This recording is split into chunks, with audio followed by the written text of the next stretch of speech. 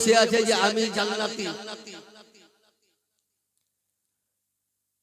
নাসারাকে যদি জিজ্ঞাসা করা যায় যে তোমরা কোথায় যাবা ইন্তেকালের পর, তো ও জান্নাতি।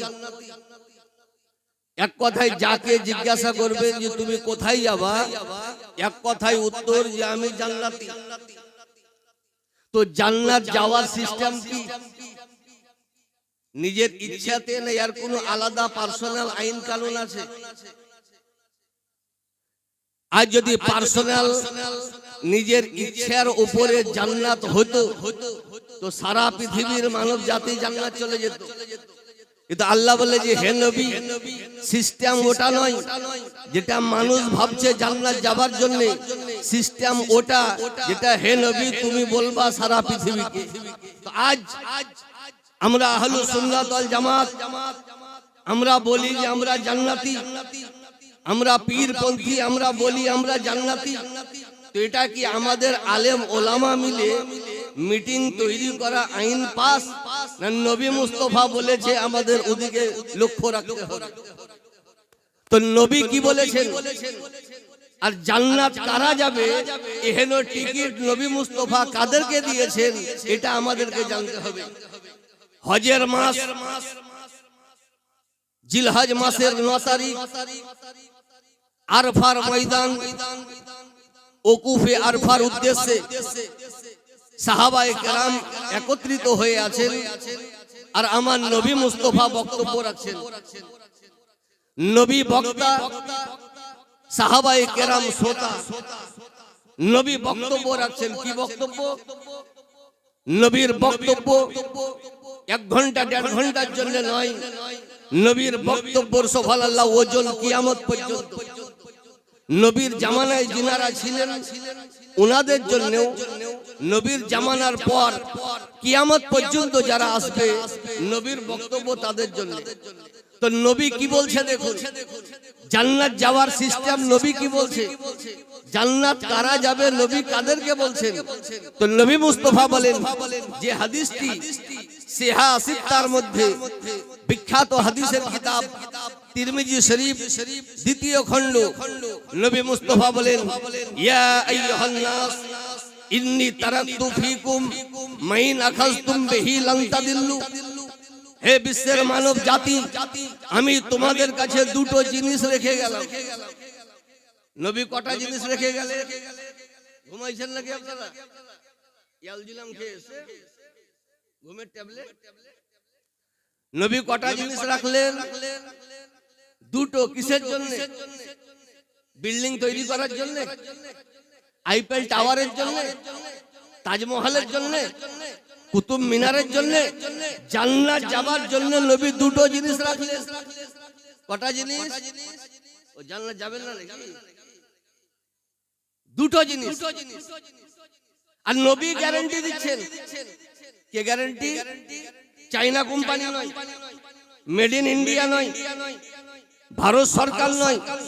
নবী গ্যারান্টি দিচ্ছেন যে লান তাদিল্লু, কিয়ামত পর্যন্ত ছোট শয়তান তো দূরের কথা, ইবলিসও যদি পথভ্রষ্ট করে তো কিয়ামত পর্যন্ত পথভ্রষ্ট হবে না, কারণ নবী মুস্তাফা গ্যারান্টি দিচ্ছেন।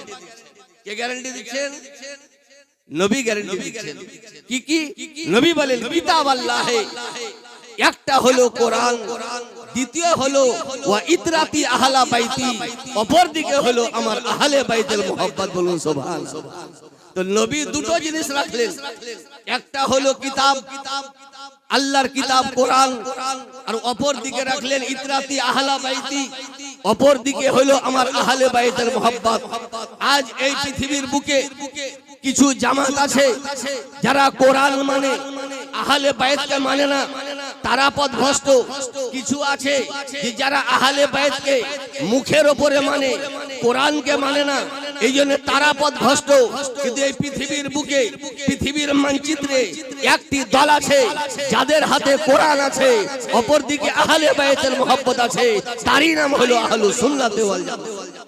তো আমরা যে বলি জান্নাতি, এটা আমাদের পার্সোনাল আইন নয়। নবী মুস্তাফা আজ থেকে 1450 বছর পূর্বে বলে গেছে, যাদের হাতে কোরআন অপরদিকে আহলে বাইত তারাই হলো জান্নাতি। আজ আলহামদুলিল্লাহ আমরা কোরআনও ছাড়িনি, অপরদিকে আহলে বাইত। আজ আমাদের ইন্ডিয়াতে বক্তব্য লাখো লাখ বক্তব্য চলছে, বিভিন্ন ক্যাটাগরির বক্তব্য চলছে, কিন্তু একটা বক্তব্য হচ্ছে না, সেটা হলো আজ আমরা আহলে বাইতকে চিনলাম না।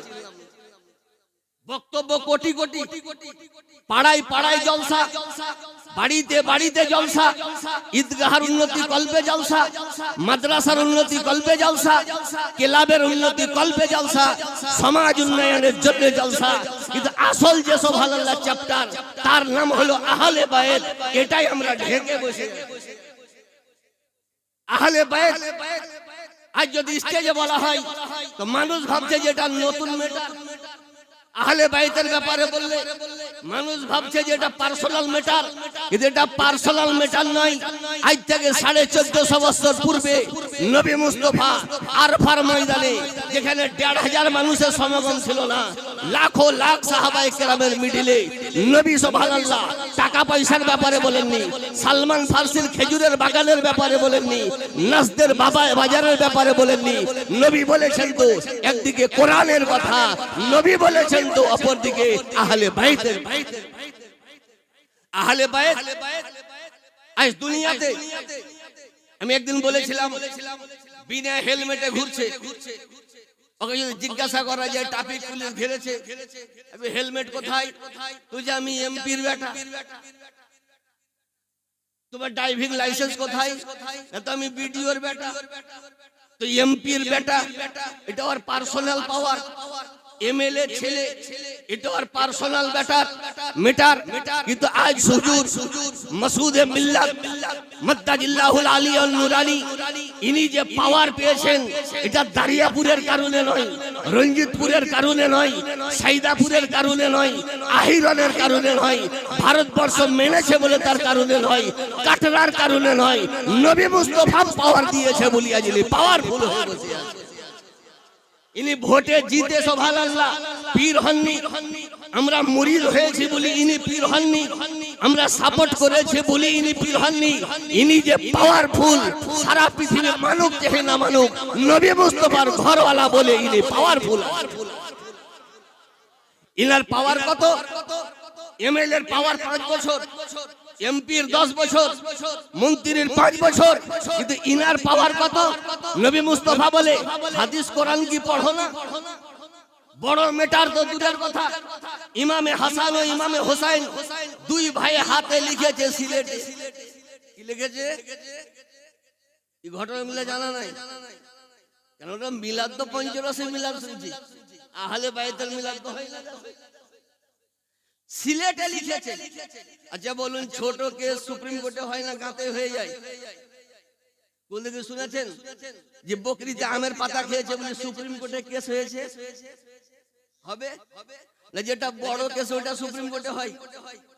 তো হযরতে ইমামে হাসান ও হযরতে ইমামে হোসেন রাদিয়াল্লাহু আনহুমা হাতে লিখেছেন সিলেটে।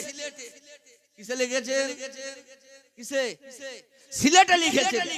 এখন সমস্যা হলো লেখা কার ভালো, ইমামে হাসানের ভালো না ইমামে হোসেনের ভালো? এই ঘটনা কোথায় আছে? নামাজ শিক্ষা বইয়ে নয়, আনন্দবাজার বর্তমান পেপারে নয়, বিশ্ববিখ্যাত পণ্ডিত, বিশ্ববিখ্যাত স্কলার, বিশ্ববিখ্যাত ভাষাবিদ, বিশ্ববিখ্যাত চিন্তাবিদ, বিশ্ববিখ্যাত সাহিত্যিক, বিশ্ববিখ্যাত দার্শনিক, বিখ্যাত সুবহানাল্লাহ কোরআন ব্যাখ্যাতা আল্লামা আবুল বরকত ইমাম নাসাফি আলাইহি রহমা রিদওয়ান, এত বড় পণ্ডিত, এহেন হাদিসের ব্যাখ্যা করে উনি ঘটনা লিখেছেন। আমার মতন 1.5 পাতা পড়া মৌলবীর ঘটনা নয়, লিখেছেন।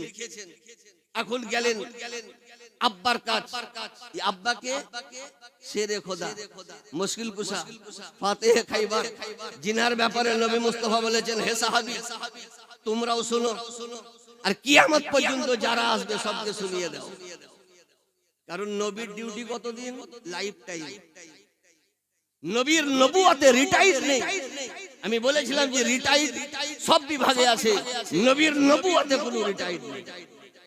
নবীর নবুয়তে যে 5 বছর পর নবী বাদ, 10 বছর পর বাদ। সেদিন একজন বলছে যে হুজুর আমাদের এখানে ডিএম রিটায়ার করেছে। আমি বলছি ইন্না লিল্লাহি ওয়া ইন্না ইলাইহি রাজিউন। কিন্তু হুজুর মরেনি। যারে খেপা, আমি যদি রিটায়ার বুঝতাম তাহলে ইন্না লিল্লাহ পড়তাম। ট্রান্সফার হয়েছে, চলো 5 বছর পর ট্রান্সফার। প্রণব মুখার্জি 10 বছরে ট্রান্সফার, কিন্তু নবীর নবুয়তে রিটায়ার নেই। নবী যেটা বলবেন একদিনের জন্য নয়, লাইফ টাইমের জন্য। নবী বলেছে শোনো, বাংলাদেশ যাওয়া জরুরি নয়, আমেরিকা যাওয়া জরুরি নয়, কিন্তু পুলসেরাতে পার হওয়া রিহার্সাল দিয়েছে যে পার হবো তো কোথায় যেতে হবে, এখানে পারমিশন নিতে হবে। সুবহানাল্লাহ হবে না? না মাঘ মাসের পর সুবহানাল্লাহ বলবেন, আজ তো সবই জমে গেছে, সবই জমছে আজকাল, চর্বিওয়ালা মাংস জমে গেছে, উল্টা পাল্টা বক্তব্য জমছে, কিন্তু আহলে বায়াত আমরা শুনতে পেলাম না। এটা নতুন ম্যাটার হয়ে গেছে আমাদের পশ্চিমবঙ্গে। আহলে বায়াতের ব্যাপারে যদি বলা যায় তো অন্য ফতোয়া, মেড ইন চায়না ফতোয়া। লোকের কথা আমাকে নিতে হবে না, নবী মুস্তাফার কথা দেশে চালু করতে হবে, ঠিক না বে ঠিক? তো নবী বলেছেন পুলসিরাত পার হতে হবে। কোরআন বলে ওয়াইন মিনকুম ইল্লা ওয়ারিদুহা কানা আলা রাব্বিকা হাতমান মাকজিয়া। আমেরিকা যাওয়া জরুরি নয়, বাংলাদেশ যাওয়া জরুরি নয়, কিন্তু পুলসিরাত পার হওয়া। ওখানে যদি বলা যায় আল্লাহ লকডাউন লেগেছে যাব না, সারা রাজ্যে গেছে যাব না, কম্পালসারি যেতে হবে। তো হুজুর প্রত্যেক জিনিসে পাস, হাসপাতালে ভর্তি আছে পাসিং কার্ড, জাহাজে উঠবেন পাসিং, সব জায়গাতে সব সিস্টেম আলাদা আলাদা। এখন আপনি কিছু তৈরি করবেন, আধার কার্ড দেখাইলেই চলবে, ব্যাংকের লিংক নেই, আধার কার্ড দেখিয়ে দেন। কিন্তু বাংলাদেশ যাবেন, আধার কার্ড দেখাইলে হবে? আমি বাংলাদেশ যাও 5 দিনের জন্য, তখন আধার কার্ড না, ভিসা পাসপোর্ট। তো নবী বলছে যে পুলসিরাতে পার হতে গেলেও পাসিং কার্ড লাগবে। হুজুর এই পাসিং কার্ড কোন অফিসে নিব? তো নবী মুস্তাফা বলেন লা ইজাবিজু আহাদু সিরাতা ইল্লা মান কাতাবা লাহু আলিউনিল জাওয়াজ।